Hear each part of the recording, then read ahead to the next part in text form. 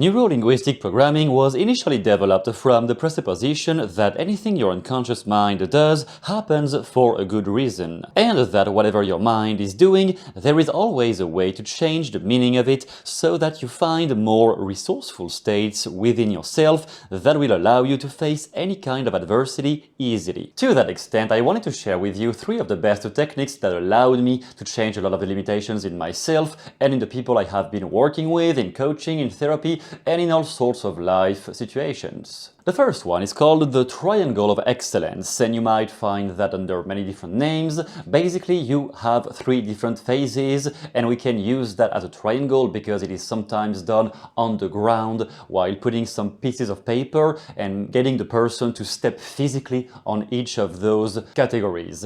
But the idea generally is that most problems happen because people don't believe they are capable or competent enough to find the solution by themselves for the problem they have at hand.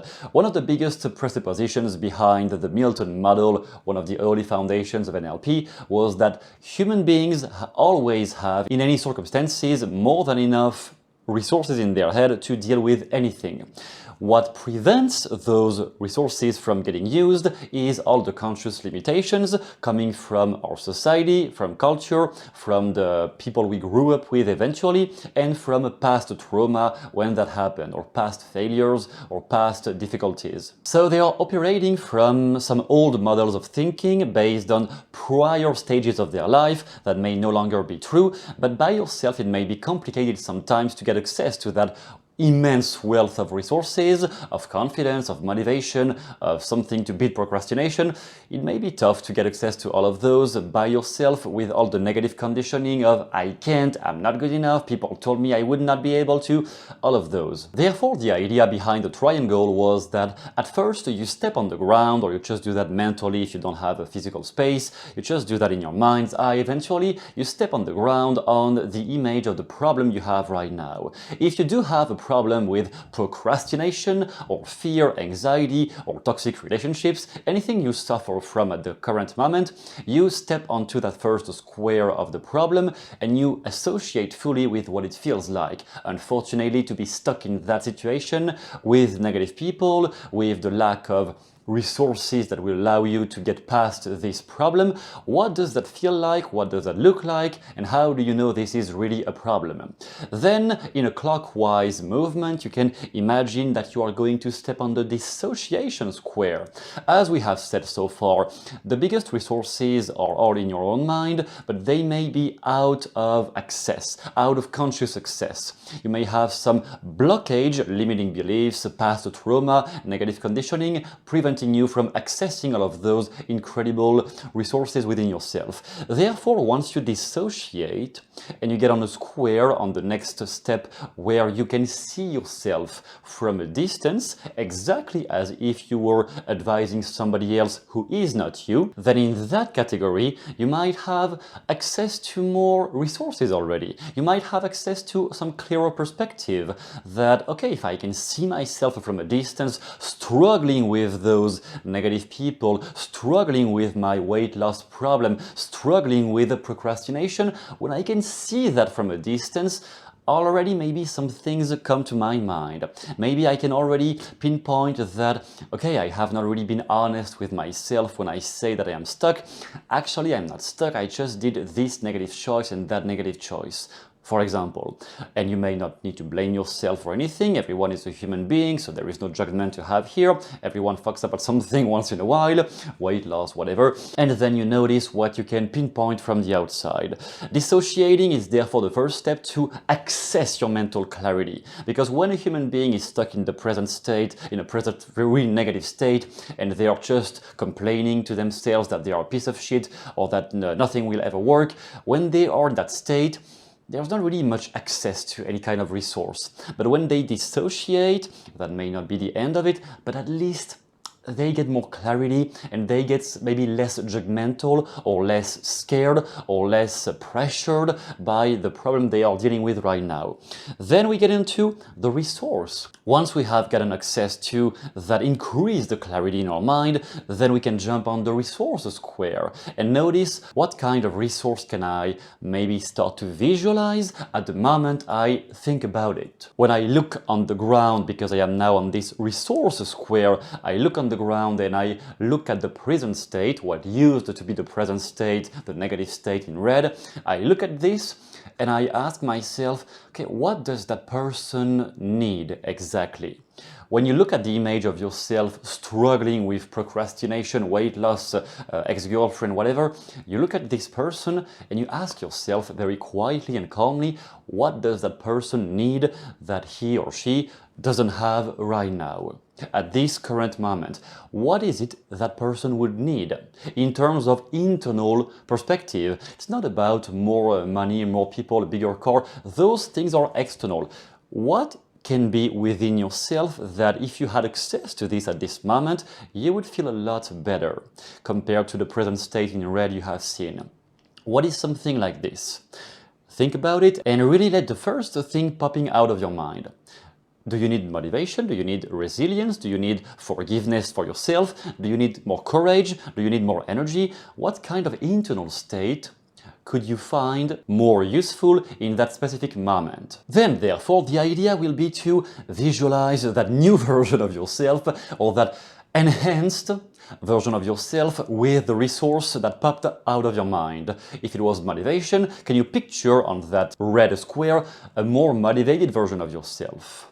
What does that look like? And then once you have clearly pictured this and visualized and noticed how different that new picture could be in your mind's eye, then you might step on the ground on that enhanced version of who you can be and notice what else can you feel or look at once you are on this new square. So you jump on this new orange square with the new state and you ask yourself, what is it that I can add to my life or remove from my life, can be one or the other, that will make my whole experience as a human being way more tantalizing than it has been so far. And we can find dozens of other ways to use that triangle for maximum benefit, but we are going to get onto the next technique right now. And before getting there, let me tell you there is currently a promotion on the whole website for all the best courses I have created for NLP, hypnotizing people, using frame control, slide of mouth, helping anyone to change through the way you speak to them. I have covered all of this and I have many testimonials from people who have developed their coaching and therapy skills with those NLP techniques who can tell you how effective it has been for them. All the courses right now are on promotion until July 6th, then it will be over and you can still benefit from it if you watch this video before July 6th. Technique number 2 will be to anchor the genius state. Past all the resources you already have at your disposal, you may even develop new, bigger, better, brighter resources that can allow you to achieve much more in your life, achieve more by doing less, or achieve more by having more quality decisions whenever you go through life. For example, when Richard Bandler was doing all the seminars and telling funny stories to get people to laugh and feel good and loosen up as they were listening to him, a lot of that was just helping people to access resourceful states that maybe they were not even used to access. Some guys who had spent 15 years in an office doing some boring job they hated, that person may not even know anymore what does it mean to feel good and have fun. But what Bandler noticed over the years, over the decades of doing therapy with people, was that quite often they try to look for answers in the past or in the future to cure things that are just negative states in the present moment. Basically, when you overthink about the past, you're just getting into depression because the past are things you can't change. It is already over. The future is just anxiety because even though everyone tries to control the future, nobody really can control it. Some people in the stock exchange market might pretend they can, but deep down nobody can really tell you exactly what's going to happen with absolute certainty in the next month, the next year, 12 years from now. So the only thing we can really have at our disposal is how can we change the state we currently feel right now. Because you might notice that depending on the state you're not going to have the same projections of the future, and you won't think about your past in the same judgmental way if you are in a great, positive, creative state. So the idea of anchoring a genius state, by genius we mean anything where you have access to supernatural creativity or some extremely energetic state or anything that is really resourceful for you, you just pick one role model who is an expert at this. And I used Bandler for quite some time, actually for the state I am into while recording videos. I have modeled Richard Bandler a lot to get into the right state just before recording, and by now it has become automatic for me, so I don't have to trigger the encore anymore, but I used to do it for months and months to really get that straight into my neurology and physiology. You just take one person who seems to have access to the kind of state you would like to be into more often. Based on the previous technique, what was the main state you discovered? Do you think that you need more energy in your life? Do you think you need more creativity in your life? Do you think you need more boldness, confidence, courage? Do you think you need more resilience because you have been way too hard on yourself? What is the kind of state you would need more often? And who is a person who is definitely a master at using that state, at being in that state up to the point where probably it became some identity level state at this point. That person is just like this. Richard Bandler is the creative change artist, I don't know. Tony Robbins is energetic motivation by himself. He doesn't need to trigger the state. That is him already. Who is somebody like this you can relate with? Who is definitely in the state you would like to be into more often, your personal genius state? And imagine you are stepping in the shoes for a second of that person. Imagine right now you see that person in front of you and you make a step on the ground again, or just in your mind's eye, to get inside the body and mind of that person, and you notice how they feel from the inside. You look at what is different when you are associated to their visual imagery. How do they speak to themselves? Do they have a different breathing pattern? In which case you can imitate that quite easily. And you ask yourself, what is the first main clue that I am in that state? Is it the words I hear in my head? Is it the way I look around me? Is it my body posture? What is the main physical or sensory term or cue that you are in that body and mind? And then this becomes your anchor. Once you have identified this becomes your anchor. For me, with Bandler, it was mostly the facial expressions. And actually on some of my old videos, I was much less expressive. I was much more like stuck like this. And by associating more fully with Bandler more of the time, I became much more expressive with my whole body without having to force it. That is what happens when you develop your own anchors for the kind of genius state you are looking for. Again, genius state doesn't mean anything. It's just, what do you want more of in your life? I wanted more expressiveness on camera, for example. I modeled Richard Bandler. What is one skill you want to develop that you don't have access to right now? And how can you become more of that on the identity level? And finally, technique number 3, we are going to go through some change of submodalities for your worst nightmares. Nightmares can be about the past, or nightmares can be about the future. Maybe you have a nightmare of your past repeating itself again, or something you have never really dealt with from your past. Or maybe your future frightens you because you don't know what's going to happen for sure, or some terrible thing might happen and you know who is going to cause it, but there is nothing you can do about it. Okay, those things that keep hammering your head all the time about this thing will happen, I cannot deal with that, all of those worst nightmares. All of this, as we said before, is not really something real, it is mostly something inside your head. Because if you are not right now being killed by some animal, let's say this is your phobia, being killed by some enraged animal, If you're watching this right now, it means your fear, your phobia is currently not happening right now anyway. So if you're scared about it just by thinking, that means it is happening more in your head than in the tangible real world around you. As a result, we want to figure out which of your senses is the biggest anchor, negative anchor, to trigger that negative state, sensation, or rumination in your head. Whatever is really getting you trapped in your own head. When you have dark thoughts, dark memories, anything really nasty in your head, you judge yourself, or you remind yourself of terrible events, or you have some anger or pain in your chest. Okay, those really worst things, when that happens, is it more something visual, that you really vividly remember what happens? Is it more something auditory, you criticize yourself, you hear negative voices judging you? Or is it something purely kinesthetic? You just feel heavy and you feel like droning, like nothing will ever solve that. Which one is it more? But be careful, because there is a trick behind that question. The worst sensory negative anchor is usually the one we are the least aware of.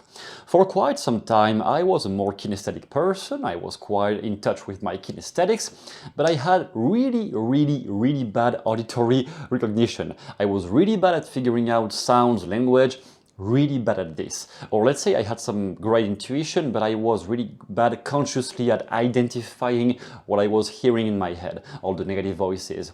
Therefore, when I worked with NLP skills, NLP trainings, I discovered how many negative judgments I had in my own head that were getting me into all sorts of extremely pessimistic and negative states all day long.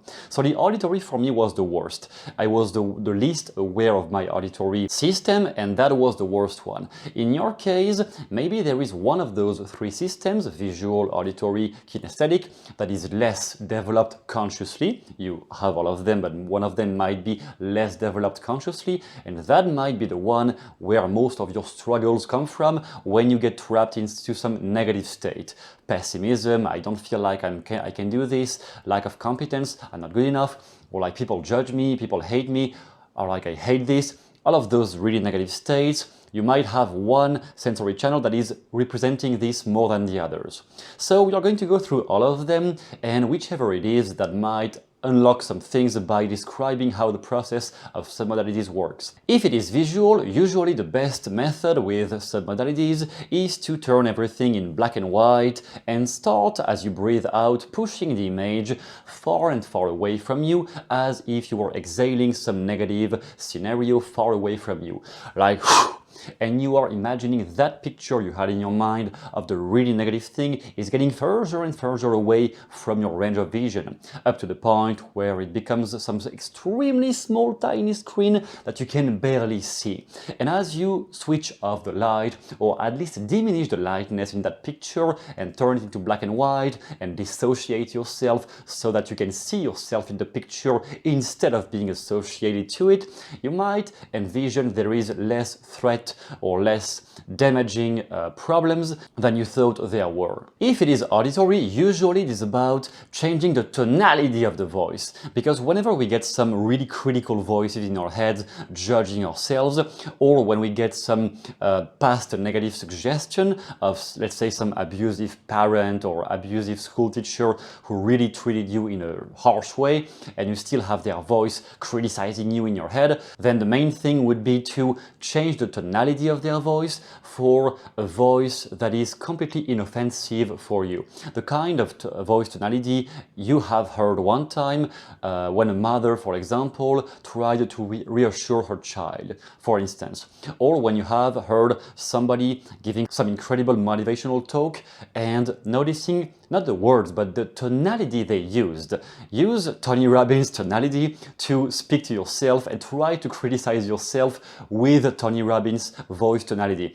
You're gonna realize it is not that easy, and you will be tempted unconsciously to change the words you use because that tonality doesn't match with the words you use to criticize yourself. Therefore, that might change and re-encode the entire experience of your main negative states or memories or darker predictions about the future. And if it is kinesthetic, that might be the trickiest one if you're not in touch with your kinesthetics. People who have been high achievers for a long time and got out of touch with how they felt because they had to push through pain all the time, those people may have a lot of trouble to actually get back in touch with what they feel because they have repressed what they felt for way too long. But fear not, if that is happening to you or if it has happened to you, you might simply change that by slowing down your breath slowly and going slowly enough so that you can notice whenever I have this negative prediction in my head, or whenever I criticize myself, or whenever I hear some negative predictions because that thing might happen in the future, when you tell yourself those things, you slow down the breath and you notice, okay, where does the sensation seems to be? You may not be fully in touch with that right now, but let's say you can have at least a first perception of maybe in the chest, maybe in the belly, maybe in your head, and notice where does that start. Because as soon as you have some grasp of where did you start to feel and get in touch with that main feeling, negative feeling eventually, you might drop it down or imagine it is dropping down by getting out of your body exactly as if that hard and nasty sensation in yourself was evaporating into some smoke.